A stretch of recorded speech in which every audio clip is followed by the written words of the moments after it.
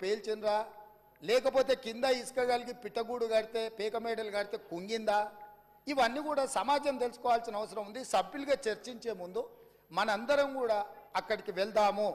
కాబట్టి దయచేసి సభాపక్ష నాయకుడిగా ప్రధాన ప్రతిపక్ష నాయకుడు శ్రీ చంద్రశేఖరరావు గారిని, అదేవిధంగా మాజీ సాగునీటి పారుదల ఆర్థిక శాఖ, ఎందుకంటే అన్ని నిధులు విడుదల చేసింది వారే కాబట్టి హరీష్ రావు గారిని, మా పెద్దలు కడెం శ్రీహరి గారికి ఈ తెలంగాణ సమాజం పట్ల, ఈ సమస్యల పట్ల, సాగునీటి ప్రాజెక్టుల పట్ల వారికి ఒక అవగాహన ఉన్నది.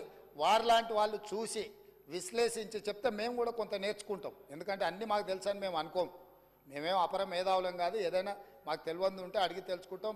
శ్రీహరి గారు లాంటి వాళ్ళు అనుభవజ్ఞులు, తుమ్మల నాగేశ్వరరావు గారు లాంటి అనుభవజ్ఞులు, గతంలో ఈ శాఖలలో మంత్రులుగా బాధ్యతలు నిర్వహించిన వాళ్ళు ఉన్నారు.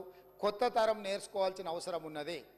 నాకు కూడా శాఖలు ఎప్పుడు నేను నిర్వహించలేదు కాబట్టి నాకు కూడా నేర్చుకోవాల్సిన అవసరం ఉన్నది. నేర్చుకోవడానికి నేను సిద్ధంగా ఉన్నా. కాబట్టి దయచేసి ఇక్కడ నుంచి మనం అందరం బయలుదేరి అక్కడ చూసి అక్కడ ఉన్న పరిస్థితులను అన్నిటిని కూడా అవగాహన చేసుకొని రేపో ఎల్లుండో తమరి అనుమతి తీసుకొని మంత్రి గారు శ్వేతపత్రం ప్రవేశపెడతారు. శ్వేతపత్రంలో తెలంగాణలో ఉన్న ప్రాజెక్టులు అన్నిటి మీద చర్చ చేద్దాం. అదేవిధంగా కాళేశ్వరరావు గారి మీద వీటి మీద చర్చ చేద్దాం.